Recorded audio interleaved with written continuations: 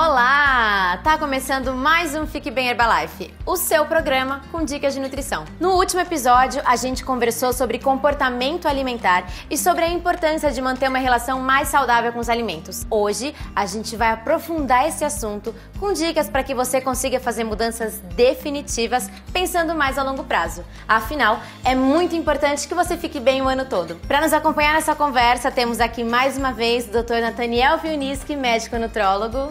Olá, doutor, como vai? Tudo bom? Ótimo. E a doutora em Ciência da Nutrição, Carolina Pimentel. Olá, doutora, como vai? Tudo bem? Tudo bem? Oi, Carol. Aí, tudo bom? Ótimo.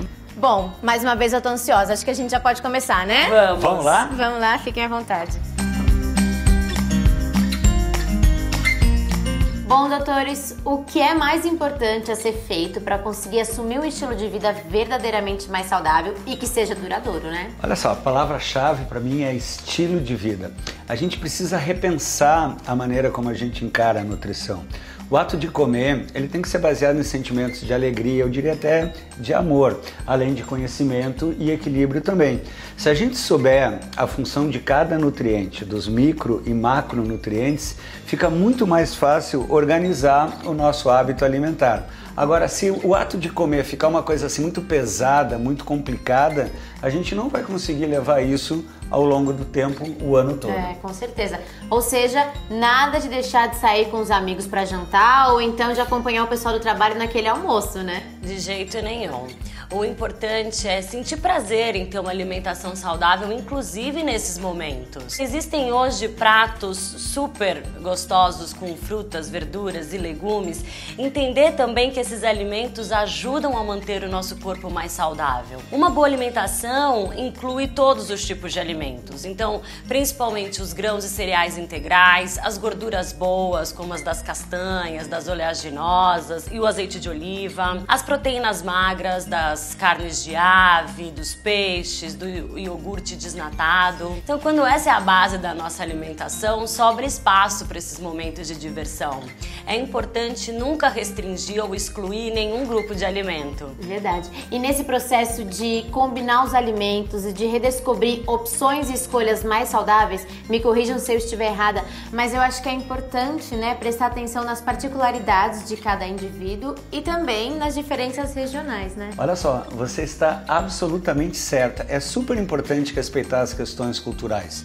Experimenta falar para uma baiana parar de comer vatapá, por exemplo, ou falar para um gaúcho parar de comer churrasco. Isso que eu não falei no chimarrão. Na Rússia, é mais fácil você trocar o sistema político do país do que falar para as pessoas pararem de comer pão preto.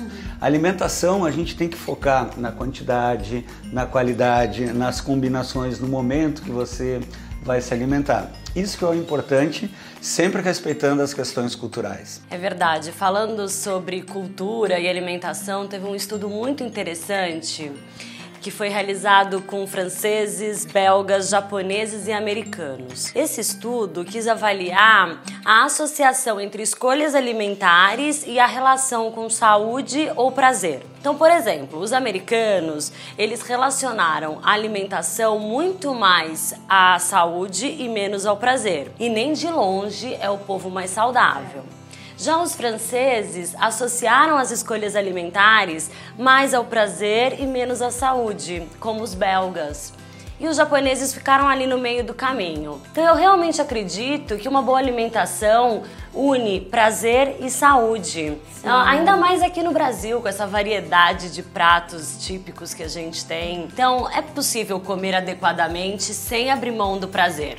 Por exemplo, a gente pode optar por acompanhamentos com frutas, verduras e legumes para não precisar abrir mão daquele prato típico que às vezes pode ser um pouco mais pesado. As frutas da estação, por exemplo, elas estão mais saborosas, mais doces e são mais baratas quando estão na época.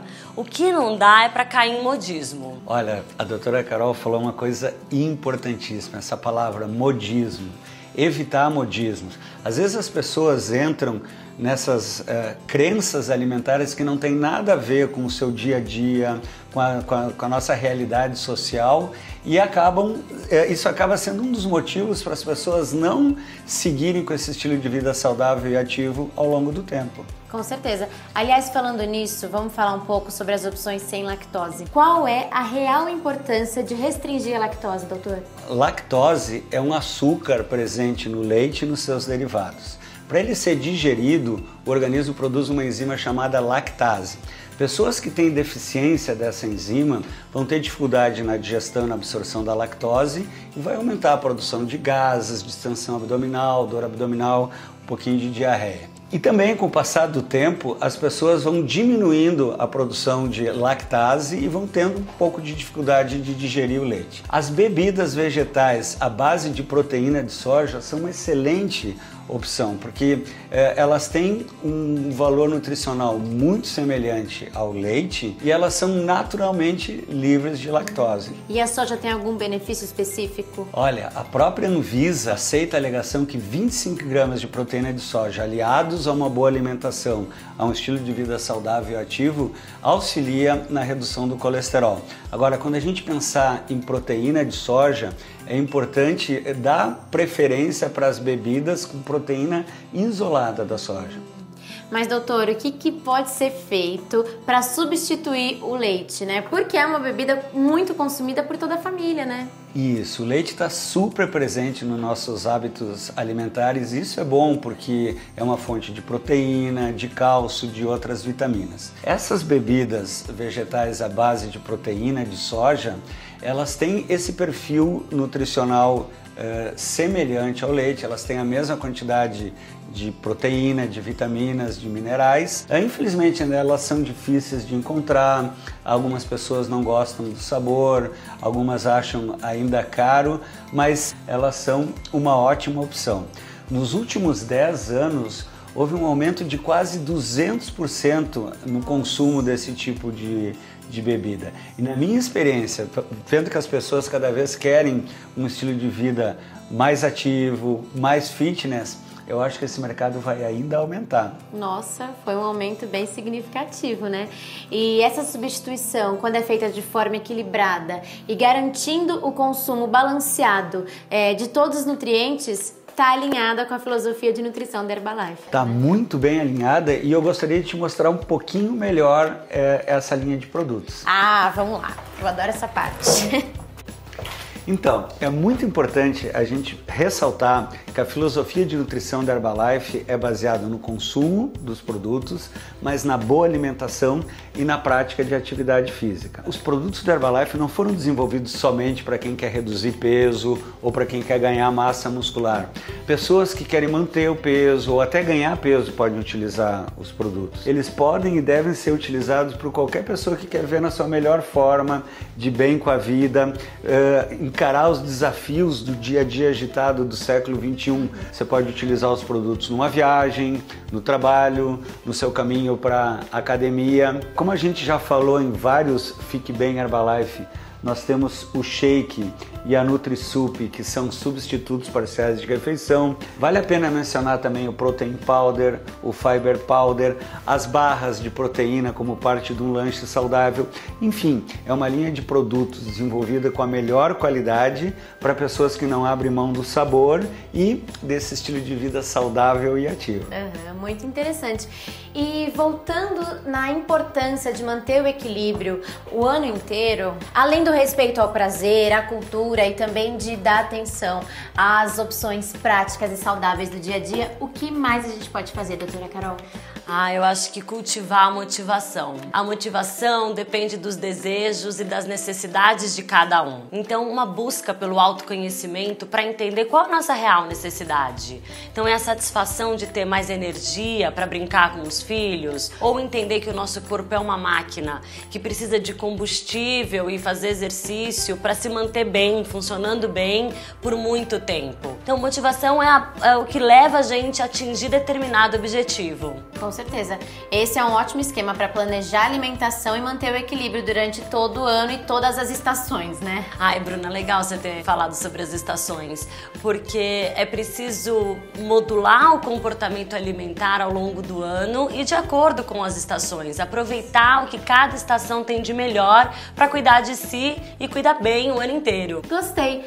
Fala um pouco mais sobre isso, doutora. Bom, por exemplo, no verão é preciso estar atento ao excesso do calor e do sol. Então, os alimentos com alto teor de água e mais leves, que podem não só proporcionar hidratação, mas também energia para as atividades ao ar livre. No outono é preciso ficar atento ao ressecamento da pele, então garantir aí o consumo de alimentos com alta densidade nutricional, como as gorduras boas, por exemplo, as castanhas, os azeites.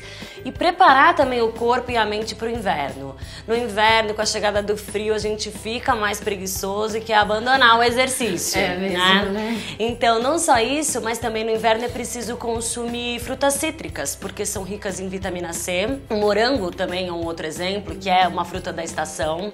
A gente fica um pouco imunodeprimido no inverno, essas frutas são importantes. E na primavera, voltar a abusar dos sabores, das cores, daquele prato colorido e fica bem, né, o ano inteiro. Outra coisa importante é entender que variações de peso, elas são totalmente normais ao longo do ano. Então, isso não deve desmotivar a gente, pelo contrário, né? Seguir na motivação, com hábitos alimentares saudáveis e ativo, praticando exercício físico. Essa dica tá anotada, eu adorei. Com certeza também vou conseguir manter o equilíbrio, né, durante o ano todo, todas as estações. Gente, infelizmente nosso papo chegou ao final, né? Sempre triste quando chega ao final, mas é sempre muito bom, muito proveitoso. Muito obrigada mais uma vez por vocês estarem com a gente. Olha, Obrigada. Eu que agradeço, a gente agradece, estava ótimo. Nós ficamos por aqui e agora com você. Valorize o prazer da sua alimentação e faça um bom planejamento do que você deve comer para ficar bem o ano inteiro. Até o próximo episódio. Tchau, tchau!